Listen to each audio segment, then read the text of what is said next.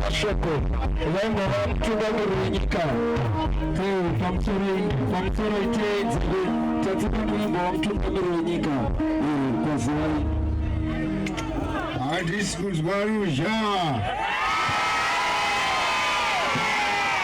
Adiskus Guarujá Aiwa tinotinda tinotayo aitakataka kuzviita kubva muna 1980 dzimwe nguva inobva inodyiwa ikokotoshaka zvekuita kuvhundutsa vanhu vanovhunduka aiwa ndakatanga kunoita kubva muna 1980 ndichaita zvematongerwo enyika asi kuzvino ndadzoka ndadya zvikusimba aiwa tinotenda zita rangu ndoti Baba Abhunya zvino vanhu mungangovhunduka moti asi chachipogwere aiwa ndakadzoka last week ndakadzoka nendege ndikati aiwa nhasi tomhura aipo pano paZPS kuzoita zvinano zvemhando yepamusoro-soro. Zimbabwe is our sovereignty. What are you waiting for? So Blair, keep your England, let me keep my Zimbabwe. I thank you.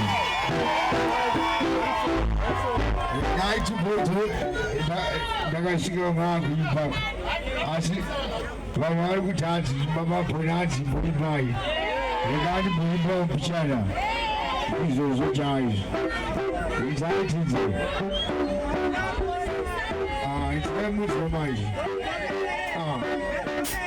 zita rangu ndodzi Baba Bona zvekuimba ndozvodokuna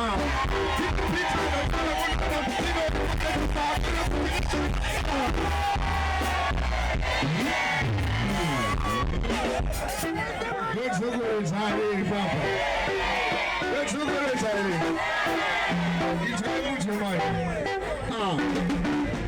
zita rangu ndodzi Baba Bona zvekuimba ndozvodokuna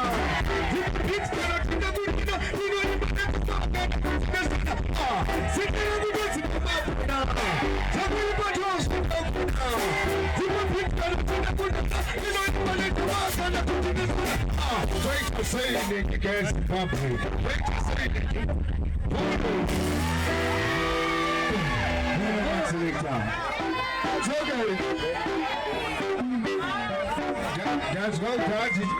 That's no judge. It's a good people. What have you told that? So it's okay, Papa.